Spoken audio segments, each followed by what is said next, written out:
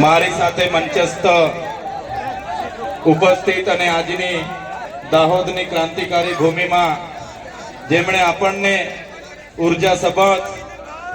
ઉર્જાસભર પોતાનું વક્તવ્ય આપેલું છે એવા ગુજરાત પ્રદેશ આમ આદમી પાર્ટીના યુવા અધ્યક્ષ અને કોળી સમાજના આગેવાન એવા બિજરાજભાઈ, દાહોદ જિલ્લાના આગેવાન અને આમ આદમી પાર્ટીમાં પ્રદેશ સંગઠનની જેમની જવાબદારી છે એવા નરેશભાઈ બારિયા, આમ આદમી પાર્ટી દાહોદ જિલ્લાના પ્રમુખ એવા રાકેશભાઈ બારિયા, ડોક્ટર જીગીસાબેન પારગી, ગઢબારાના પ્રભારી શ્રી, લીમખેડાના પ્રભારી અને દેવગઢ બારેના પ્રભારી શ્રી એવા તમામ મંચસ્થ હોદ્દેદારો, પદાધિકારીઓ અને જેમણે આ વિસ્તારના કાર્યક્રમોમાં ખૂબ સારી આયોજન કર્યું છે એવા કૃષ્ણાભાઈ, દેવેન્દ્રભાઈ, મહીસાગર જિલ્લાના આમ આદમી પાર્ટીના પ્રમુખ એવા બાબુભાઈ નો ઇતિહાસ આ ભૂમિ સાથે જોડાયેલો છે. ત્યારે આગળ નરેશભાઈએ કીધું, આગળના ઘણા આગેવાનોએ જણાવ્યું કે ભાજપના કેટલાક નેતાઓ આ કાર્યક્રમમાં આવા જેટલા પણ લોકો હતા એમને દબાવવાનું કામ કરે છે. સાથે આમ આદમી પાર્ટીના કેટલાક નેતાઓને પણ ધમકીઓ મળે છે. આગળના કાર્યક્રમોમાં પણ એમણે કીધું કે અમારા સરપંચોને પણ કેટલાક લોકો ચેલેન્જ કરે છે. ત્યાંના અમારા સરપંચ બંટીભાઈ, રાજેશભાઈ, ચેરમેન વિજયભાઈ એમને પણ અવારનવાર દબાવવાની વાત કરે છે. ત્યારે એવા ભાજપના ભ્રષ્ટ નેતાને કહેજો કે ચૈતર વસાવા દાહોદમાં આવેલા અને એવું કહી ગયા છે કે આ કોઈ આદિવાસી છે એટલે કે ગુલામ નથી, આ સ્વતંત્ર આદિવાસી છે. અને ચૈતર વસાવાએ કીધું છે કે ઓરિજિનલ આદિવાસી એટલે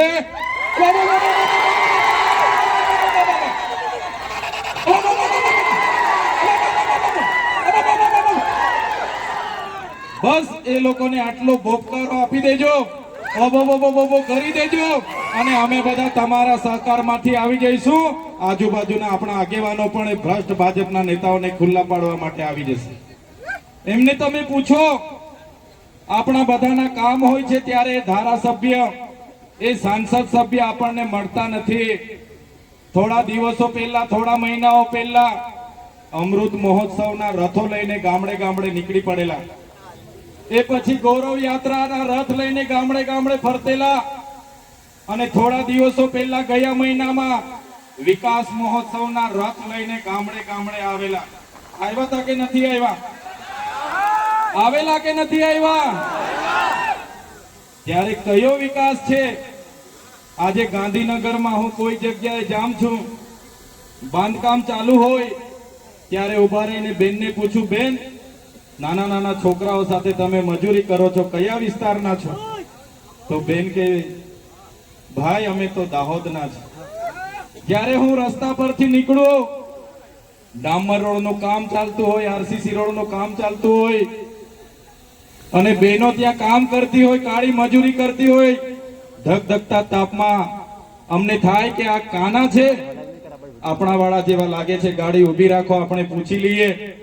અને ઉભા રહીને પૂછીએ કે બેન કાના છો, ક્યાંથી આવ્યા છો આ રોડનું કામ કરવા માટે? તો મને કે ભાઈ અમે તો દાહોદથી છે. ત્યારે સાથીઓ, આઝાદીની લડત હોય કે આ દેશના વિકાસની વાત હોય, એ ચાહે વિધાનસભાનો પાયો હોય, હાઈકોર્ટનો પાયો હોય, કલેક્ટર કચેરીનો પાયો હોય, આઈજીડીઆઈજી કચેરીનો પાયો હોય કે ડીએસપી કચેરીનો પાયો હોય, એ પાયામાં આ દાહોદના લોકોનો પરસેવો છે. એટલે આજે ઇમારતમાં આવીને ઊભી છે. આ દાહોદના લોકોના પરસેવાથી બનેલી ઇમારતો છે. અમે ડેમમાં જ્યારે જમીનો જતી હતી, અમારા આદિવાસી સમાજે આખાને આખા ગામડા ખાલી કર્યા છે. નેશનલ હાઈવે બને, આખાને આખા ગામડા ખાલી કરાવ્યા છે. નહેરોમાં ખાલી કરાવ્યા, જીઆઈડીસીઓમાં ખાલી કરાવ્યા, જીએમડીસીઓ માટે ખાલી કરાવ્યા. અને આજે જ્યારે અમારો સમાજ હાથમાં પોટલા, હાથમાં છોકરા અને 2 ટકના રોટલા માટે આજે અમારે શહેરોમાં જવું પડે છે, ત્યારે ધારાસભ્યને શરમ નથી આવતી, એ સાંસદને શરમ નથી આવતી કયા વિકાસની વાતો કરવા માટે રથો લઈને ફરે છે? 30 વર્ષથી તમારી સરકાર છે, માત્ર ભય, ભ્રમ અને ભ્રષ્ટાચાર અમારા લોકોને જોવા મળ્યો છે. આજે અમારા દાહોદમાં લોકોને રોજગારી નથી અને દેશના વડાપ્રધાને કહેતા હતા કે હું ખાઈશ નહીં ને ખાવા દઈશ નહીં, અને દાહોદમાં ભાજપના મંત્રીના દીકરાઓએ કરોડોનો મનરેગાનો કૌભાંડ કરી દીધું. એમના દીકરાઓએ અમારા ગરીબ લોકોની રોજગારીના પૈસા ખાઈ ગયા. આ દાહોદના મંત્રીએ ત્યાં બિરસા મુંડા યુનિવર્સિટીમાં 65 કરોડનું કૌભાંડ કર્યું. આ દાહોદના મંત્રી અને સાંસદોએ નલ સે જલમાં કરોડોના કૌભાંડ કર્યા છે. મહીસાગરમાં 223 કરોડના કૌભાંડો બહાર નીકળ્યા. દાહોદમાં તપાસ અમે માંગી અને તપાસમાં અહીંના સાંસદ અને ધારાસભ્યના નામો આવ્યા. આ લોકોએ તપાસ બંધ કરી દીધી. ત્યારે આમ આદમી પાર્ટી, આમ આદમીના ટાઈગરો આવનારા દિવસોમાં તમામ જગ્યાએ જશે અને નલ સે જલ હશે, મનરેગા હશે, જંગલ ખાતું હશે, ટ્રાઇબલ સપ્લાન હશે, આદિ આદર્શ ગ્રામ હશે, ગુજરાત પેટર્ન હશે, એટીવીટી હશે. તમામ યોજનાઓમાં થયેલા કરોડોના કૌભાંડો આ ભારતીય જનતા પાર્ટીના આવનારા દિવસોમાં અમે બહાર લાવીશું. થોડા દિવસ પહેલા હું ડુંગરી ગામે આવ્યો. અમારા સરપંચ રાજેશભાઈ ને વિજયભાઈ ને, અમારા બંટીભાઈ ને, ત્યાંના ધારાસભ્ય અને સાંસદે કીધું તમે ચૈતર વસાવાને અહીંયા લાવ્યા છો, કેમ લાવો છો? એ આદિવાસીઓને જાગૃત કરે છે, આદિવાસીઓને બોલતા કરે છે. આદિવાસીઓ જાગી જશે તો અમારી ખુરશી જતી રહેશે. અને પાછા એવું કહેવા માંગતા હતા અમે હજુ, અને અમે જયારે આ વિસ્તારમાં 7-12 ના ખોટા નામો ચડાવી દીધા, બીજાના નામે જમીનો લઈ લીધી, એનું કૌભાંડ ઉજાગર કર્યું, ત્યારે આ ભૂપેન્દ્રભાઈ પટેલ અને હર્ષ સંઘવીને ગમ્યું નહીં. એમણે કીધું આદિવાસી ચૈતર વસાવા અમારી 30 વર્ષની સરકારને કેમ ચેલેન્જ કરી શકે? આ આદિવાસી યુવાન અમને વિધાનસભામાં સવાલ કઈ રીતના કરી શકે? આ આદિવાસીને ભેગા કઈ રીતના કરે? આદિવાસીની હક અધિકારની વાતો કેમ કરે? આદિવાસીઓની સ્વાભિમાનની વાતો કેમ કરે? એને જેલમાં નાખો. અને તમે જોયું હશે, મને એક વાર નથી અનેક વાર જેલમાં નાખવામાં આવ્યા. એક વાર જેલમાં નાખવામાં આવ્યો, બીજી વાર મારા પરિવાર સાથે 90 દિવસ જેલમાં રાખવામાં આવ્યો, અને ત્રીજી વાર હમણાં પણ મને 80 દિવસ જેટલી જેલમાં રાખવામાં આવ્યો. એક સામાન્ય બાબતમાં જ્યારે મામલતદાર ટેબલ પર જામીન આપી દે, છતાં આ લોકોએ મને સેશન કોર્ટમાં રજૂ કર્યો. મારા વકીલોને કોર્ટમાં આવવા નહીં દીધા. મને નર્મદા જેલની જગ્યાએ સેન્ટ્રલ જેલ વડોદરા રાખવામાં આવ્યો. તારીખ પર તારીખ, તારીખ પર તારીખ, તારીખ પર તારીખ, તારીખ પર તારીખ, તારીખ પર તારીખ, અને 80 દિવસ સુધી મને જેલમાં યાતનાઓ આપવામાં આવી. ત્યારે એમણે કીધું ચૈતરભાઈ હવે તમે અવાજ કરશો તો ફરી જેલમાં તમારે આવવું પડશે. તમે ભાજપમાં જતા રહો, ભાજપમાં અમારી સરકારમાં આવતા રહો, તમને મંત્રી બનાવી દઈશું, તંત્રી બનાવી દઈશું. તમે આદિવાસીઓનું લડવાનું બંધ કરો.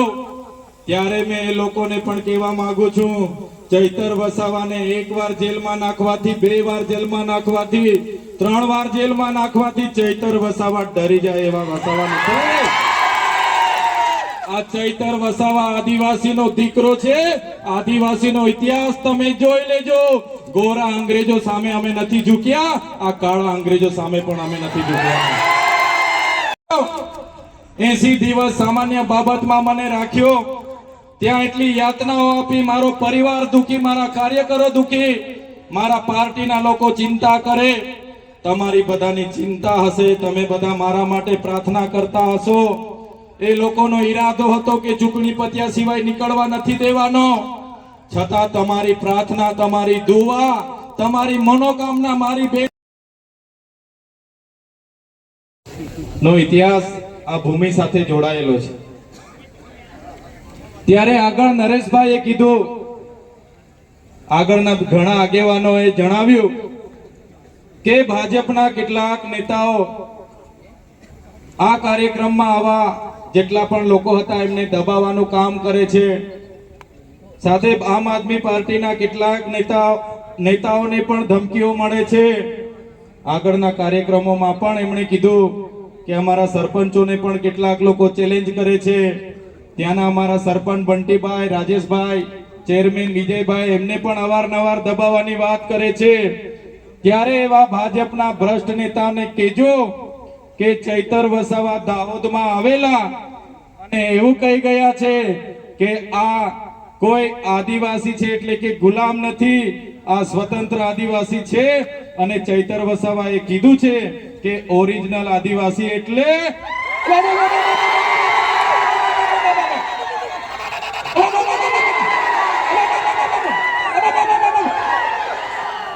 બસ એ લોકોને આટલો બોપકારો આપી દેજો, ઓબો કરી દેજો અને અમે બધા તમારા સહકારમાંથી આવી જઈશું. આજુબાજુના આપણા આગેવાનો પણ એ ભ્રષ્ટ ભાજપના નેતાઓને ખુલ્લા પાડવા માટે આવી જશે.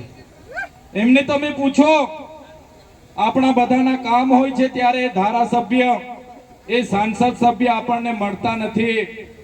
થોડા દિવસો પહેલા, થોડા મહિનાઓ પહેલા અમૃત મહોત્સવના રથો લઈને ગામડે ગામડે નીકળી પડેલા. એ પછી ગૌરવ યાત્રાના રથ લઈને ગામડે ગામડે ફરતેલા. અને થોડા દિવસો પહેલા ગયા મહિનામાં વિકાસ મહોત્સવના રથ લઈને ગામડે ગામડે આવેલા. આવ્યા હતા કે નથી આવ્યા? આવેલા કે નથી આવ્યા? ત્યારે કયો વિકાસ છે? આજે ગાંધીનગરમાં હું કોઈ જગ્યાએ જામ છું, બાંધકામ ચાલુ હોય ત્યારે ઉભા રહીને બેનને પૂછું, બેન નાના નાના છોકરાઓ સાથે તમે મજૂરી કરો છો, કયા વિસ્તારના છો? તો બેન કે ભાઈ અમે તો દાહોદના છે. જ્યારે હું રસ્તા પરથી નીકળું, ડામર રોડનું કામ ચાલતું હોય, આરસીસી રોડનું કામ ચાલતું હોય અને બહેનો ત્યાં કામ કરતી હોય, કાળી મજૂરી કરતી હોય, ધગધગતા તાપમાં અમને થાય કે આ કાના છે, આપણા વાળા જેવા લાગે છે, ગાડી ઊભી રાખો, આપણે પૂછી લઈએ.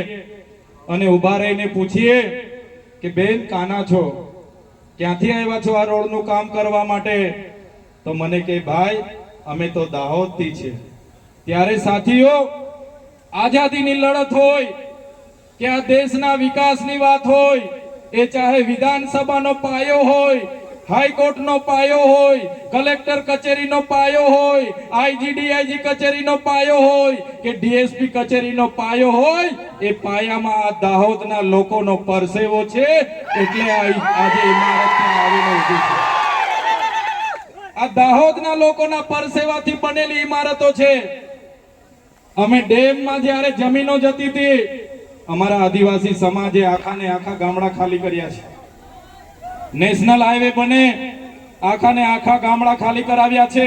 નહેરોમાં ખાલી કરાવ્યા, જીઆઈડીસીઓમાં ખાલી કરાવ્યા, જીએમડીસીઓ માટે ખાલી કરાવ્યા.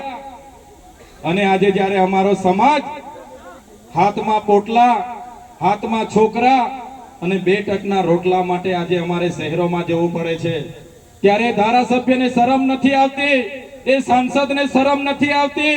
કયા વિકાસની વાતો કરવા માટે રથો લઈને ફરે છે? 30 વર્ષથી તમારી સરકાર છે. માત્ર ભય, ભ્રમ અને ભ્રષ્ટાચાર અમારા લોકોને જોવા મળ્યો છે. આજે અમારા દાહોદમાં લોકોને રોજગારી નથી અને દેશના વડાપ્રધાને કહેતા હતા કે હું ખાઈશ નહીં ને ખાવા દઈશ નહીં. અને દાહોદમાં ભાજપના મંત્રીના દીકરાઓએ કરોડોનો મનરેગાનો કૌભાંડ કરી દીધું.